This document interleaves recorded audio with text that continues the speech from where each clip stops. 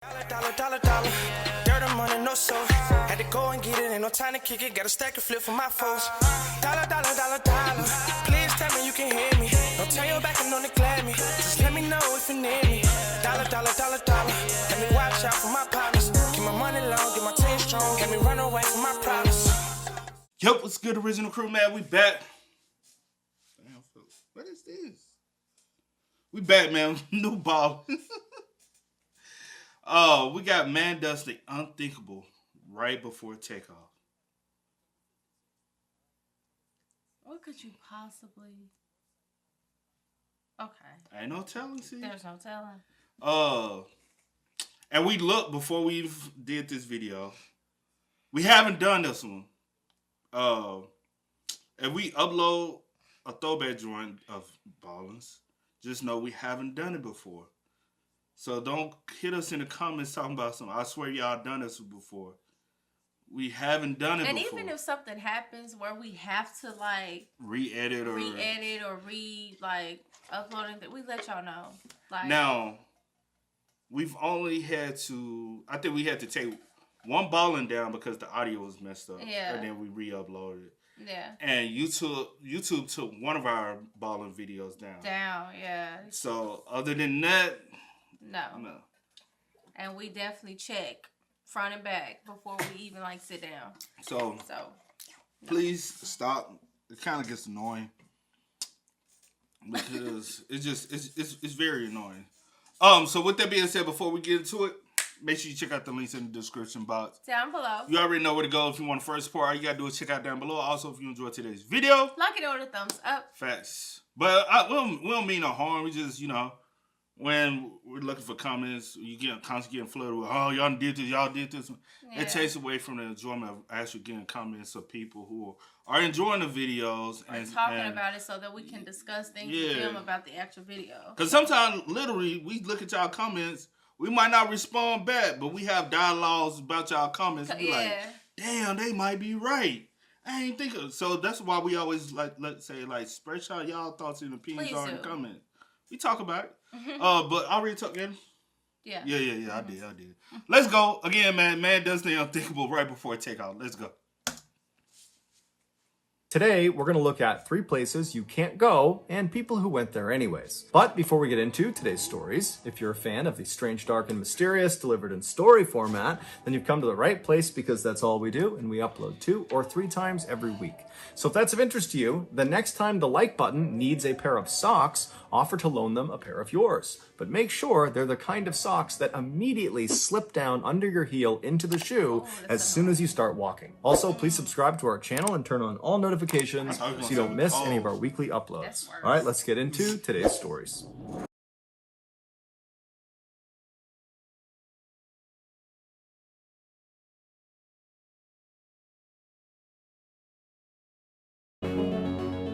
In 1990, 31-year-old John O'Brien was a landscaper in a town just outside of Chicago, Illinois.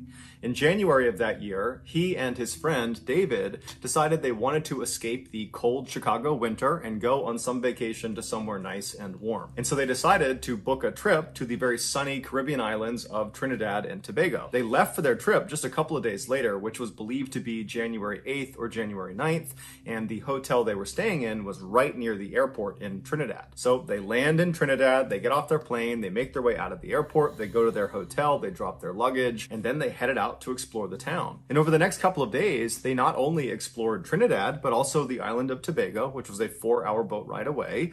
And they had great food, they saw some really cool attractions, and just overall, they had a chance to relax in the warm weather while all their friends back home were freezing in Chicago. And so, by all accounts, their vacation was going exactly to plan until Sunday, the 14th of January. This was the day before they were supposed to fly back to Chicago. That day, John began complaining of some unnamed health issue, which has not been made public, so we don't know what it is. And he went to some drugstore in town in Trinidad to look for a specific medication for this unnamed health issue. But the drugstore did not carry this medication, so John left and he went to another drugstore and another store, but nobody had this medication. And so by the time John got back to the hotel and saw David, David would later remark that John was not only distraught about not having this medication, But John was disoriented. Like whatever this health issue was, it was starting to manifest itself in this kind of disoriented state that John was in because it was not being treated. But eventually, David decided that John was okay enough that they did not need to call a hospital or call a doctor, and the two men decided to just go to bed because after all, they had a very early flight the next morning. So the two men climb into their respective beds, which are in the same room, two twin-size beds, and they fall asleep. But about an hour to maybe an hour and a half after David had fallen asleep, he wakes up to some man standing next to his bed, choking him. He's grabbing his throat and throttling him. And so David has no time to respond to what's going on. He just starts grabbing this guy's hands and he manages to push them off of him. And then this guy who's standing next to his bed grabs the lamp next to him and smashes David with it.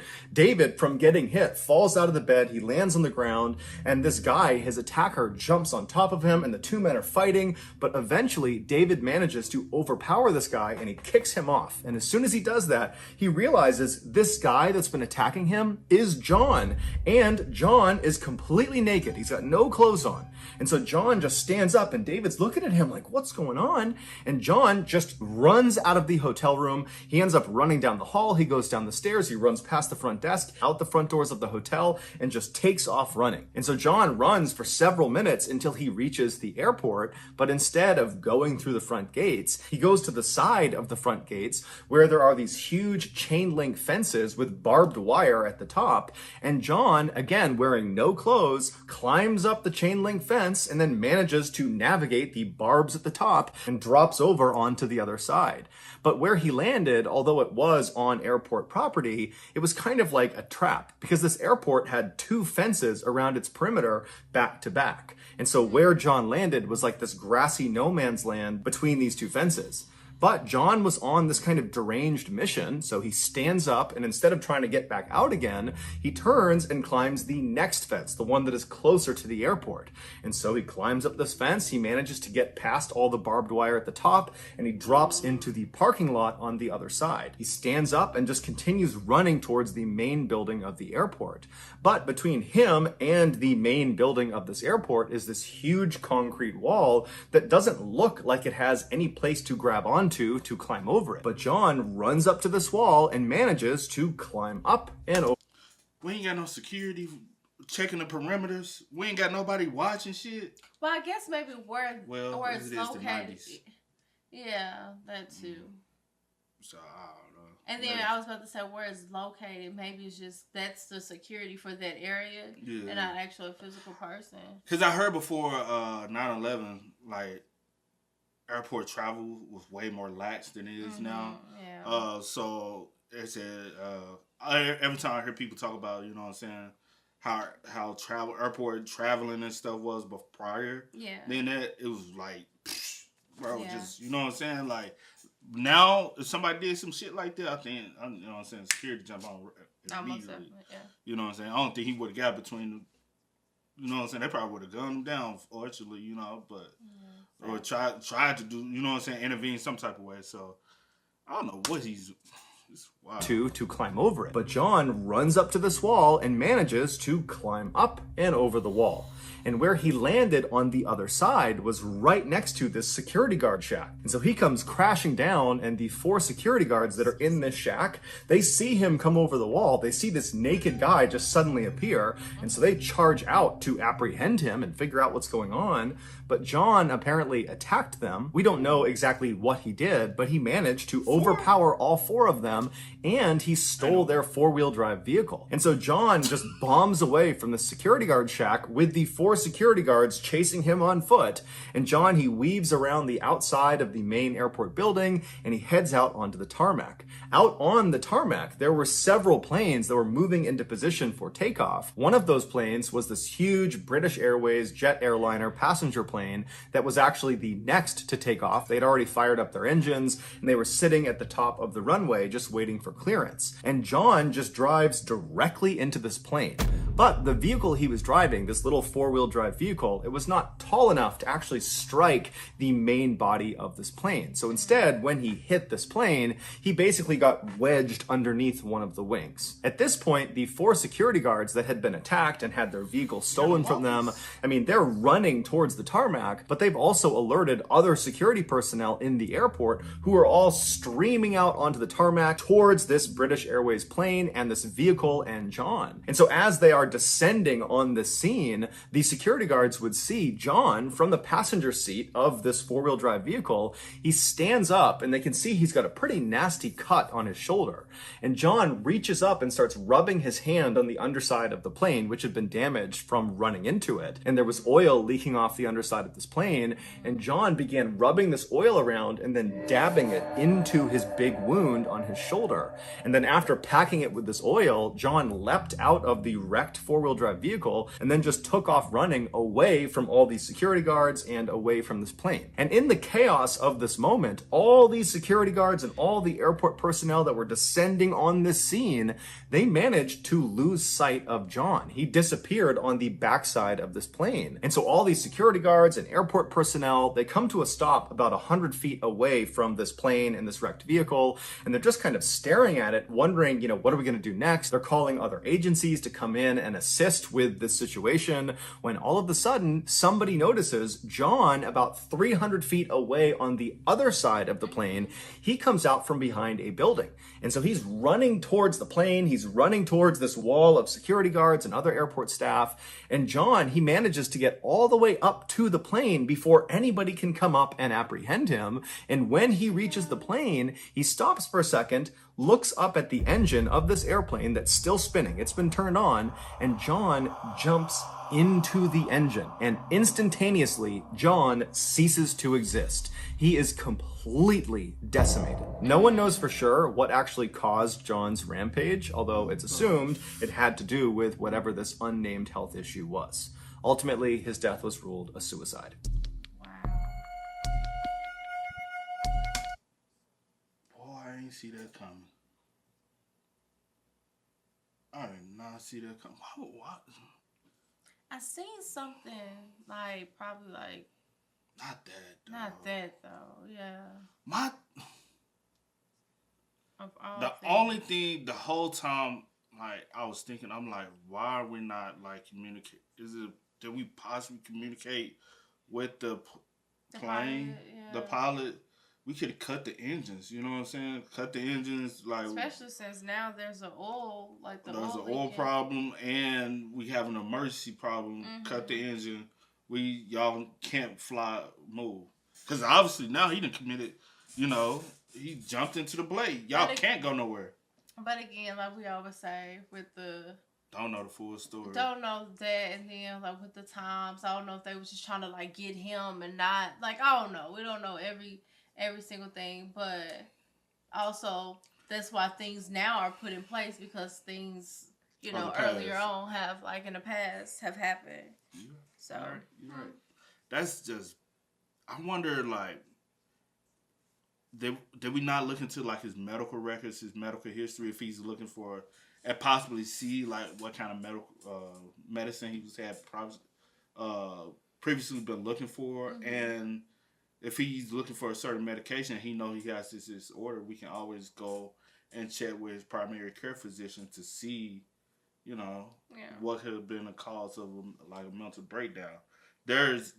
For him to know that he has a disorder, there has to be some way, in some form of, he was diagnosed with some type of record. That's what I was looking. I had it in my head and it went away that fast. Yeah. But he has to have some records somewhere that indicate what was the problem. Yeah.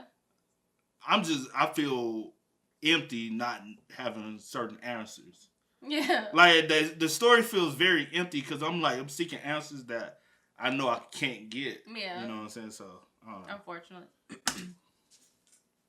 One of the most dangerous Olympic sports is called luge. In a nutshell, 1 or 2 people who are called lugers will ride a sled down a hill as fast as they can. But this hill is this narrow, winding, banked ice track, and these lugers will ride a sled that will go as fast as 80 miles per hour or faster. While accidents in luging are actually quite uncommon, when they do occur, they can be catastrophic. In 1986, a luge track was built on a ski hill in Alberta, Canada, for the luge event of the 1988 Winter Olympics. This track and the surrounding ski area was called Canada Olympic Park.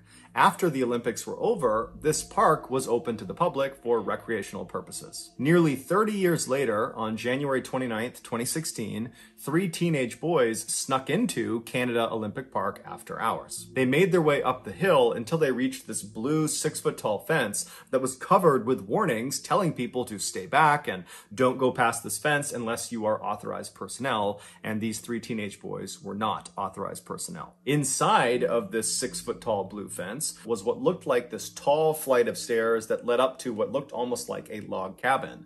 And that cabin was the starting house of the luge track. The track literally came out of the cabin and fed down below. The 3 boys, one of which had actually worked at this park the winter before selling tickets, they looked at each other and grinned and then chucked their plastic sleds over this blue fence, and then they climbed up and over themselves. Once on the other side, they each picked up their sled and then made their way up the stairs into the starting house. Once they were inside, they kind of arranged themselves to see who would go first, second, and third. They put their helmets on because they all brought helmets. They strapped on headlamps so they could see the course because there were no lights on the course. And then one by one, they began going down this luge track. But surprisingly, it wasn't that fast. As they went down, they would actually stop and have to use their feet to get going again. But that was because they had these cheap plastic sleds that were not designed for this luge course. What you needed were these specialty sleds with blades on the sides that got you up to full speed. And so after the 3 boys eventually, slowly, painfully made their way all the way down to the bottom of this luge track, they were pretty disappointed, but they thought, okay, well, let's just all get in one sled and we'll go down again, and with the added weight, we should go faster. And so they marched their way back up, all the way up to the top of the starting house, and all 3 of them sat in one sled and they pushed off, and sure enough, they went way faster. They bombed all the way down this track. It was so much fun. They were totally exhilarated, and after doing it a couple more times, they decided, okay, our luck's gonna run out, we're gonna get caught, and so they climbed back over that blue fence and snuck out of the park without getting caught. The following weekend, those 3 same boys, along with 5 of their friends they had recruited, returned to Canada Olympic Park after hours. And so the 3 boys that had been there the weekend before, they led the group up the hill. They got to that blue fence that surrounded the luge starting house, and one by one, each of these teenage boys climbed up and over this fence, and they made their way up the stairs into the starting house. Once they were inside, they began figuring out who was going to go in each of the 3 sleds they had brought along. And they determined they would put 3 boys in the first sled, 3 boys in the second sled, and 2 boys in the final sled. Because of how successful the previous weekend's trip down the luge track had been, according to the 3 boys that had gone, this time the group decided they did not need helmets because this was relatively safe. They also decided not to bring headlamps because they figured it would be more exhilarating to go flying down this track in the darkness. And so a little after midnight on February 6th, the first 3 boys climbed into the first sled and pushed off. At first, it was going exactly to plan. It was fun, they were going fast, it was exhilarating, but then disaster struck. Unlike the previous weekend, this weekend, there was a metal chain that had been strung across one of the sections towards the... Oh, hell. Oh, hell. Why would we do that? Why? That's a death trap in itself.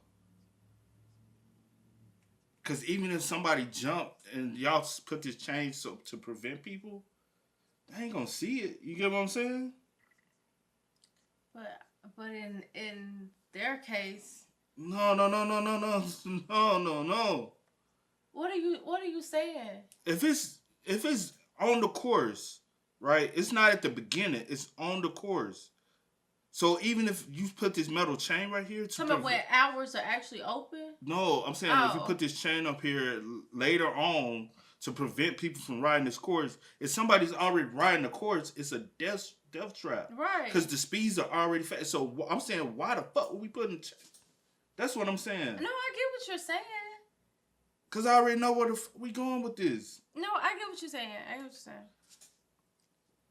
What were you trying to? Nothing. I was just going to be like, I don't know. I'm just in my head. I'm like, do y'all do that after the park closed? It wasn't there the last time. Maybe somebody forgot to. Somebody remember like, dang, I didn't put the chain over the thing. Still, it doesn't make sense to put the chain. But chain what if somebody there? Forget to do so? Like, I mean, I guess that's your job to go down the thing and make sure. But that, what I was saying was, if somebody does, because obviously you put the chain there for safety precaution. Yeah. But if somebody does go and they going down there, you want to make sure that doesn't happen. And I'm already seeing it's a big ass chain. You can go up to 80 miles per hour. Yeah. A chain, 80 miles per hour body. Yeah. Bro, these stories are a little too wild for me, bro. My brain can't take all this. This weekend, there was a metal chain that had been strung across one of the sections towards the bottom of the luge track. It was there to keep a particular section of the track in place. And so these boys, as they come flying around the corner, they don't see it, and they strike this chain at full speed. Now, this chain was at neck height, and so when it hit them, it instantly decapitated and killed one of the boys. It was a 17-year-old named Evan Caldwell. And so he dies immediately, and the other two are thrown from the sled and landed unconscious. Now, back up at the starting house, they have no way of knowing this has happened to the first sled. Not only because they can't see anything, but also because the boys in the first sled are not making any sound. They're either unconscious or deceased. And so at some point, this second group of boys thinks they've waited long enough to account for the first sled to get down and out of the way. And so they load up their sled and they push off. And so they go flying down, it's going great, but just like the first sled, at some point they turn that corner and they hit that chain. But miraculously, the second group of 3 boys, they hit the chain in such a way that they kind of slipped under it. And so they were all thrown from their sled and kind of smashed into the track. But the worst injury of the second sled was just a broken ankle. And so this group, they stand up and they're totally disoriented. It's dark. They don't know what they just ran into. And before they had a chance to kind of collect their thoughts and yell up to the starting house to try to warn the third and final group not to go, it was already too late. All the boys could do in the second sled group was to just get out of the way as the third and final sled carrying the final 2 boys came bombing down, and they too struck that chain at full speed. One of the 2 boys on board this third and final sled was a 17-year-old named Jordan Caldwell, and he too, unfortunately, would be decapitated by the chain and would... What's the other one name? Because they kind of favor each other. Hold on. Because that'll be so...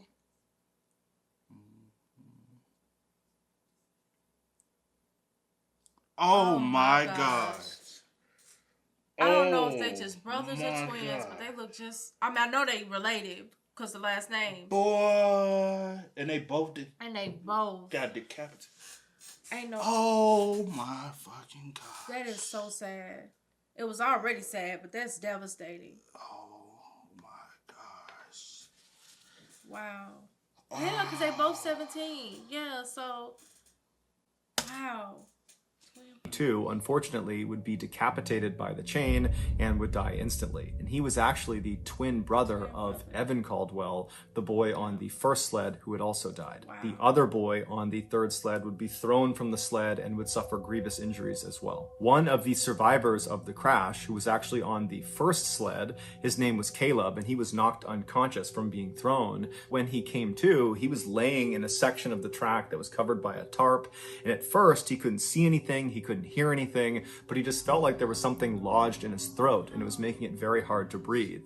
Most likely that was just from his throat being crushed in from hitting that chain. And so as he's struggling to breathe, his senses began to come back to him and his sight came back, and he noticed he was laying down and one of the boys who had been on the second sled was kneeling next to him. This was one of the boys that had not been badly hurt, and he had his hand on Caleb's shoulder and he was praying for Caleb to survive. And so as Caleb is taking keying in that someone is praying over him, he notices somewhere else. His hearing is starting to pick up. He can hear someone else, and it would turn out to be a boy named Mark, who was on the first sled, who had been very badly injured. His face was very badly beaten up. He was laying somewhere nearby, and he was just singing this religious song. He was trying to keep spirits high, and he was trying to will people to hold on and to survive as long as they possibly could. And then Caleb remembered hearing someone calling 911, and then he doesn't remember what happened next. When the paramedics ultimately arrived within the hour, they got to the track and they found all of these boys spread out all over the track, because when they hit this chain, they got sent flying. But they discovered the twins were actually laying right next to each other, and none of these surviving boys had moved their bodies. And so even though the grief was just unfathomable amongst this family that had lost their two sons, there was some solace in the fact that despite having come down in different sleds, that the twins, Evan and Jordan, were together in their final moments. The 6 survivors of this accident would walk away from it with life-changing head injuries and other medical issues, and they would walk away with an indescribable sense of guilt and regret. But they consider themselves lucky because at least they survived. Jeez. Oh, this story done about took me out, honey. I'm at this point. Boy, I'm done. I'm done. Boy, I did not see none of that coming, bruh. Like I said, I knew that. But now after he said purpose for the chain, I'm like, okay, I understand why. Yeah. But damn. And that's kind of, I didn't know the purpose, but I was just like, I'm pretty sure it was for a reason. You know what I'm saying? Because they're not expecting anyone to be, I wonder, after hours. I wonder what kind of safety precautions that they take now. Because that was just in 2016. Yeah, maybe. You would think they had better safety precautions in 2016. 2016 ain't that far away. So you would think they had better safety precautions then because of the times. But with a situation happening like that then. I do wonder now what's been put in place. Like what type of protocols. Is tragic. And technically, the park is not responsible. Yeah, unfortunately. Yeah. It's just because it's after hours. Yeah, we have warning gates and warning signs. Yeah. Damn. It's just super sad. And then when I was in my head, I was clicking, and then when I heard the last, I was like, why I know this name? I just heard this name. With the last name, and then I was like, "Oh shit, they look just alike." And then I was like, "Oh, he was 17 too. They twin brothers." I didn't even hear the look at the name. I just looked at both of them photo. I said, "Bro," I'm like, "Why they look just alike?" They look and then just I alike. looked at the name. I said, name. "Oh well." Like he just said that name, and then he said he was 17. I was like, "Oh my gosh, they're twin brothers." Like, what? Like, what are the fucking odds? That's sad. That's sad. I ain't gonna lie. This is the saddest Mr. Ballen joint we have done. The first story, the second story. I was just like, just all of them being like back to back. Damn, bro, what the third story finna be? I know, right? Because the tragic experience for, damn. Yeah. Whew. Yeah, it's a lot. Man.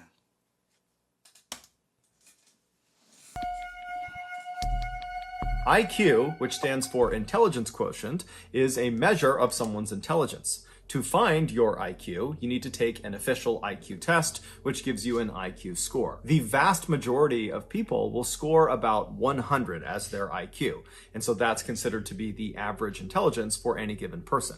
But a very small number of people will score somewhere between 130 and 160.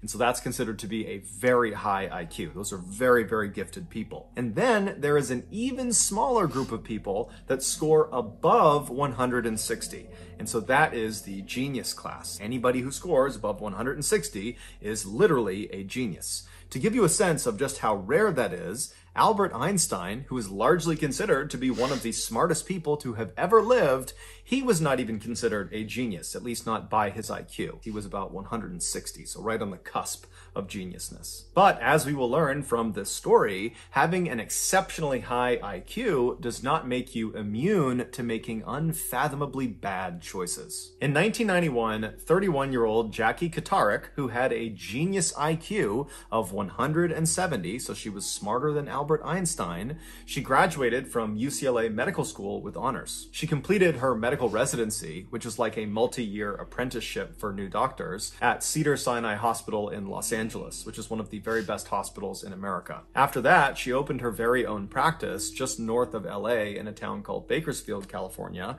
and she also became a part-time professor at her alma mater, UCLA. By all accounts, Jackie was brilliant, she was successful, and she loved what she did, and her patients and her students loved her right back. Fast forward to 2010, Jackie was 49 years old, and she was still running her very successful practice, and she was still teaching at UCLA, and she was in an on-again, off-again relationship with a 58-year-old man named William Moody. While the details of their relationship are not really publicly known, it's fairly easy to deduce from the reporting that came from this case that Jackie and William fought a lot. On Wednesday, August 25th of that year, Jackie was spotted by herself at a Mediterranean restaurant in Bakersfield, California, having some drinks. And then at some point during the night, she called a ride service to pick her up and take her home again.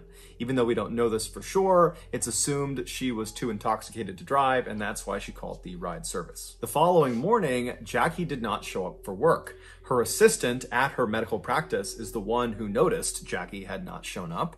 And so when she didn't, she called her boss, but her boss didn't pick up. And so after a couple of failed attempts at getting in touch with Jackie, this assistant called Jackie's boyfriend, William. And so William, he picks up the phone, and when the assistant asks him, hey, have you seen Jackie? She has not come into work today. William actually says, yes, I saw her last night. William would explain to the assistant that the night before he was in his house by himself in Bakersfield, California, not far from this restaurant where Jackie was last seen. And he said that at some point, unannounced, he saw Jackie pull up in front of his house.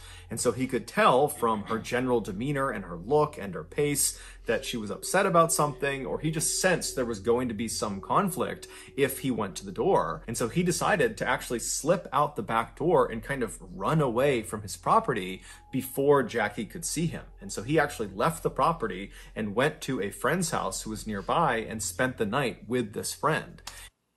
Story of love, you know what I'm saying? I ain't running up in my crib from nobody, bro. I don't give a fuck.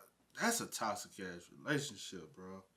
If you like, you know what I'm saying? If you having to leave your own place to escape something for your own, bro, it's hella toxic.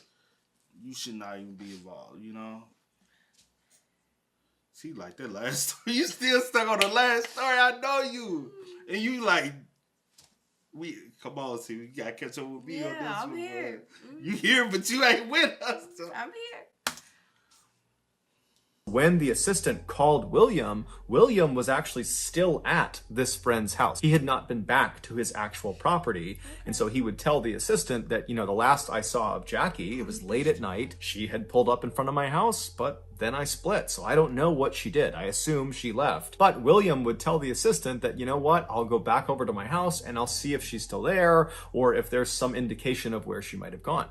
And so William hangs up the phone, he leaves his friend's house and walks the couple of blocks back to his own property. And when he gets there, sure enough, right out front of his house is Jackie's car. Now, William knew his house was locked and Jackie didn't have a key. And so Jackie must just be sitting in her car waiting for him to return. And so William walks up to the car expecting to see Jackie and expecting probably to fight about something.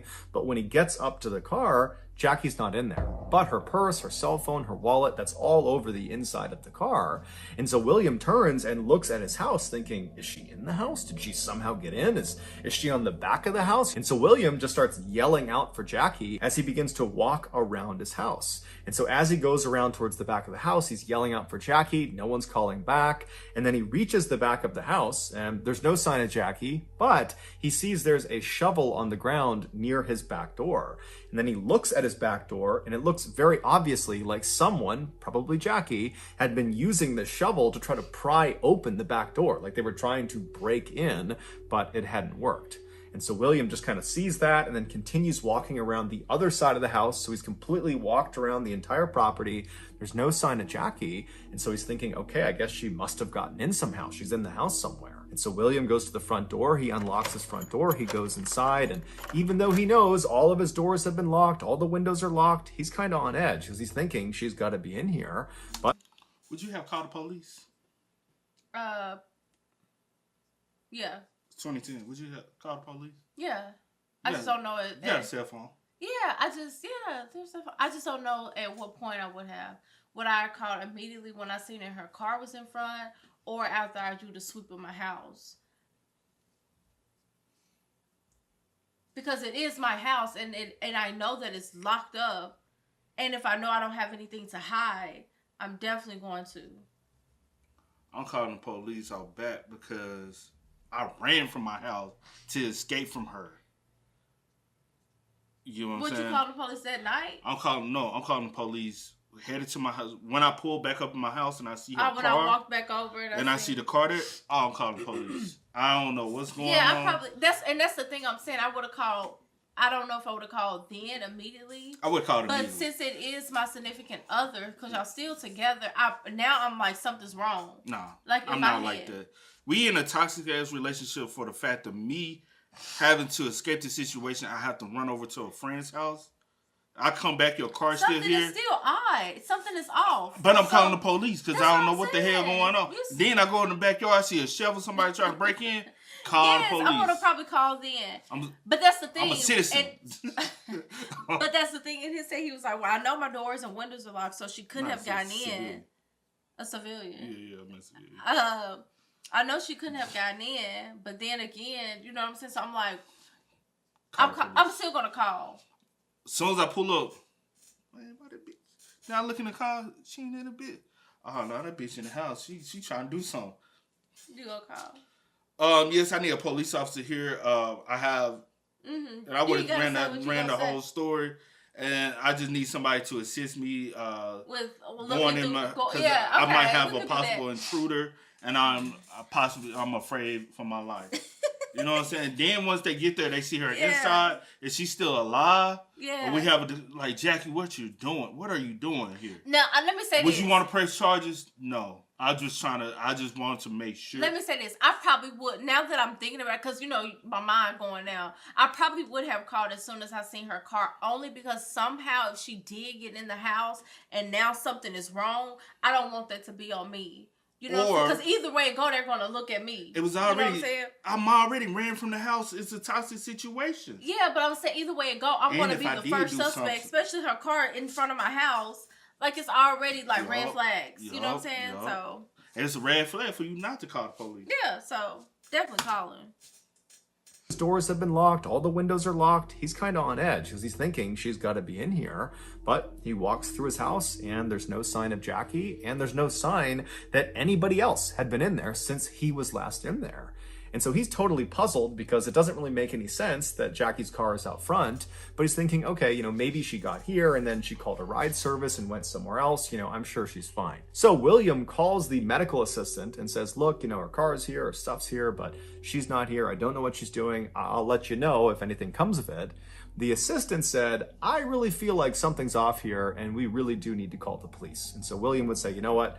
I think that's a good idea too. Let's just get them involved and make sure she's okay. And so they call the police, and the police start by going to Jackie's residence. But Jackie's not there, and there's no sign of her. The neighbors haven't seen her. And so the police go to William's household, and they search Jackie's car, and they search William's house and the surrounding area right outside. But there's really no clues as to what actually happened to Jackie. And so after the police talked to a bunch of neighbors and friends and family, they just told William and this medical assistant that at this point, they just need to wait, and that hopefully Jackie will just come out of wherever it is she's hiding or wherever she's gone. Maybe she's upset. Maybe she was fighting with William and she's run off somewhere, but we just got to wait and see what happens. 2 days later, Jackie was still unaccounted for. No one knew where she was. No one had heard from her. No one had seen her when William's friend went over to his house. William, the day before, so 24 hours after Jackie had been reported missing, he had left the country on a prearranged trip.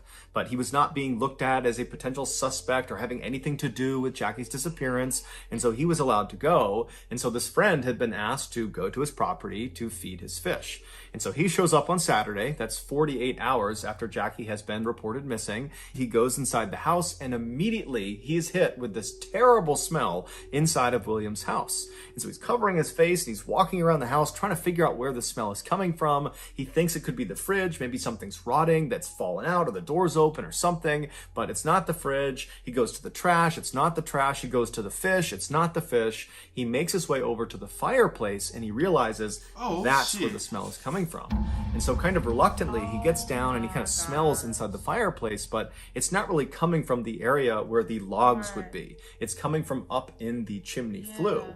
And so he puts his head down and kind of turns and looks up the chimney, and about 2 feet up the flue, dangling down, are 2 human legs, and they would be Jackie's legs. It would turn out a few days earlier, when Jackie was at that restaurant drinking by herself, she did call that ride service to come give her a ride home, presumably because she was too intoxicated to drive. But before they showed up, Jackie just got into her car anyways and drove to her estranged boyfriend's house. And so she gets there. William, meanwhile, is sneaking out the back and running off to his friend's house. Jackie does not see him. She makes her way up to the front door and presumably tries to knock and get William's attention.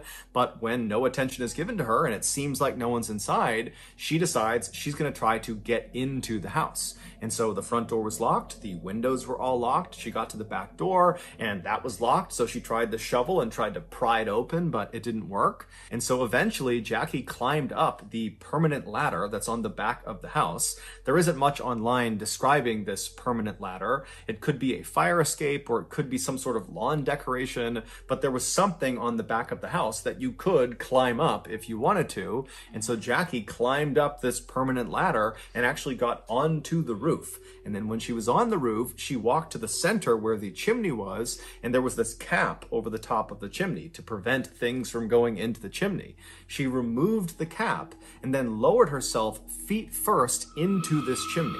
Now, it's unclear how quickly she descended this chimney, but eventually she got stuck because the width of this chimney was not uniform. It started fairly wide at the top and then narrowed as it went down. And so at some point, as she went down feet first, she would have gotten completely wedged. It wouldn't have mattered if her hands were above her head or by her side, because either way, they were useless. She couldn't bend her arms, and there was nothing to grab onto, so her arms couldn't do anything. And then below her, there was nothing for her feet to push onto. And so she was totally stuck. And since William was not in his house, he had left, there was no one there to help her.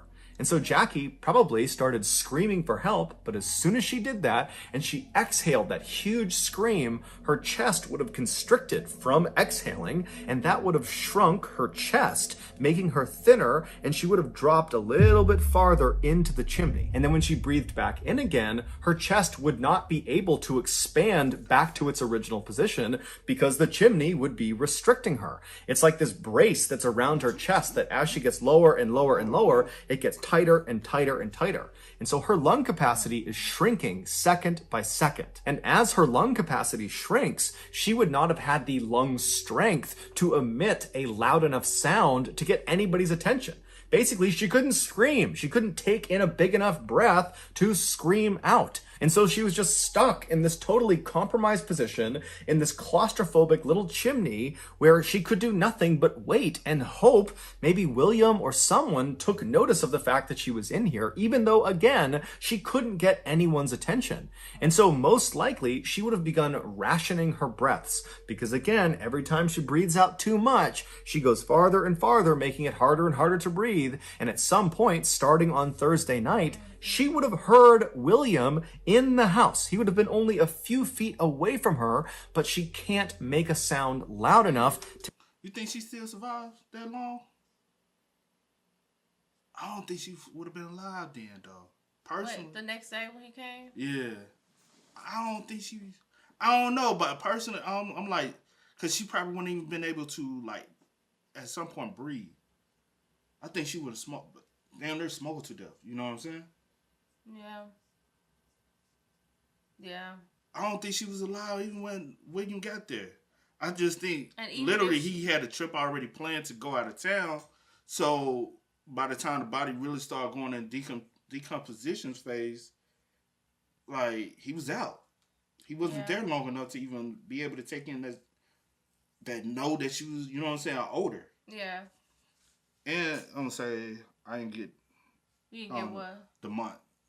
Oh is. yeah. Like so. I don't think I got that. It was just in 2010, but like I don't know, like temperature wise. Right. So for the body to like speed up the decomposition process or what. But by the time the friend did come 2 days later, now the body is broken down. So the smell, but Wings already. He's gone. So I don't think she was alive when we got there, but he wasn't even at home long enough for him and to even if she was, take in the smell. He wouldn't have even, like he said, he wouldn't have even known because she wouldn't even been able to even make a sound for him to like notice. And even if they were able to try, it probably was too late to even try to get her out. Because how would you, besides breaking the chimney on down, you know what I'm saying, how would you even get... I'm pretty sure they would have tried to find some type of way, but yeah. Would have been only a few feet away from her, but she can't make a sound loud enough to get his attention. And we know she was alive by Thursday night because neighbors heard someone faintly yelling help on Friday night. So nearly 48 hours after she got stuck in the chimney, it's believed she was still alive. And those neighbors, when they heard that faint call for help, they assumed it was kids in a nearby pool, and so they didn't do anything about it. When they found out what had happened, they thought, you know what, it was coming from that chimney. That's where we heard it coming from. Jackie would die shortly after the neighbors heard her calling for help because she was dead by the time the friend found her in the chimney the following day on Saturday. Jackie would die from mechanical asphyxia, which is basically suffocation, but it's caused by some physical obstruction. And in this case, it was the chimney. The chimney literally crushed her chest to the point where she could no longer inflate her lungs. It would take firefighters approximately 5 hours to break this chimney down to finally retrieve Jackie's body. No charges were filed against anyone for Jackie's death. It was ruled to be an accident caused by an unbelievable error in judgment by an unbelievably brilliant woman. So that's going to do it, guys. If you found the secret... I was wrong. But even though it was an accident and it was an error, I don't think that definitely she probably would have made that call if she wasn't intoxicated. I don't think she would have, like, cause you would know, like, I don't think that she probably would have went down the chimney if she wasn't intoxicated. I hear you. Unless she was just like that desperate to get to him. Like that's the only other, like, especially with being in such a toxic situation. And I don't know, like, the dynamic, full dynamic of their relationship. Some relationships are just that damn toxic where they'll go to the extreme, man. Yeah, that's what I'm saying. I'm like, if that's the case, then maybe so still with a sober mind. But it's just sad. Yeah, it's just like, damn. Like, I'm like, who knows? She might actually would have still. Yeah, who knows? Like, I don't. Damn. Because she tried to break in through with the yeah, show. But that didn't help. I mean, that didn't work, so that was extreme. Like, that was an extreme call to just be like, okay, I'm going to climb up and go through this chimney. Yeah. Every chimney story we hear on this Ballen, never a good outcome. Like, even with chimney things, I'm like, are you even capable of getting out once you get in? Like, I'm sure there's been a survivor story some type of way, but I just don't know. Yeah. I just don't know. Like, no relationship is worth that. It's just another human being. You know what I'm saying? Like, yeah. Just learn how to leave sometimes. But yeah. You know what they say sometimes about them smart ones, they be the crazy ones. Especially when she's smart, but she crazy. You know what I'm saying? Or he's smart, but he crazy. Yeah, I guess. But it's, evil genius. That's literally, you know what I'm saying, real thing. But R.I.P. to her, man. Like you said, it's a high chance possibility, but we really don't know. If she probably was in a more like a sober mind state, I'm thinking. But I'm like,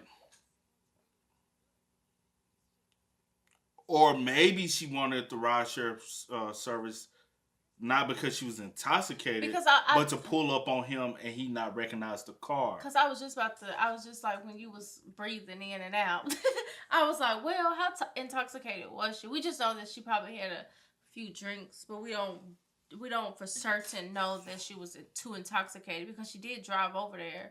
I mean, even though people do drive intoxicated, but you shouldn't be driving intoxicated. But the intoxication part might not be. We don't fully know. We just probably know maybe she. But we know females will pop up on you in a taxi, be like, just drop me off right here. He gonna see the car pass, but he's not gonna recognize the car. You know, females be out here crazy moving like that. Yeah, I don't know. I just don't know the reason. I don't want to assume. I just don't know the reason and why. She just maybe wanted a car to pull up on, a different car besides hers. Because as soon as he spotted her car, he was like, "Oh shit, I'm skedaddle. I'm out." Damn. And I ain't gonna hold you. The relationship had to be horrible. Because in my mind, I'm like, well, maybe she wasn't coming over there to fight or anything. But in his head, he like, the way she tried to break in that bitch, she came over there on some shit. She ain't just come knock on the door and left. She's tried to pry her way in that mug. She even went to the extreme measure to go down the chimney. Yeah. He knew, I got it. Jackie outside again. Yeah, because he was like, I don't even have a song. And it must be that toxic that he know it's always something. That's bad. That's sad. That's sad. Rest in peace to her, though. Yeah. Like, definitely rest in peace to every single person in all of these stories.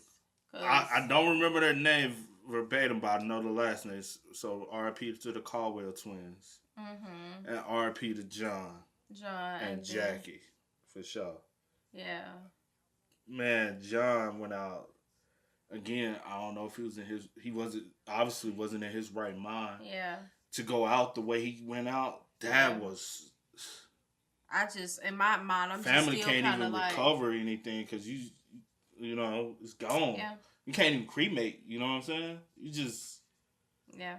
Just have a memorial service. Right, I'm like, I'm just thinking.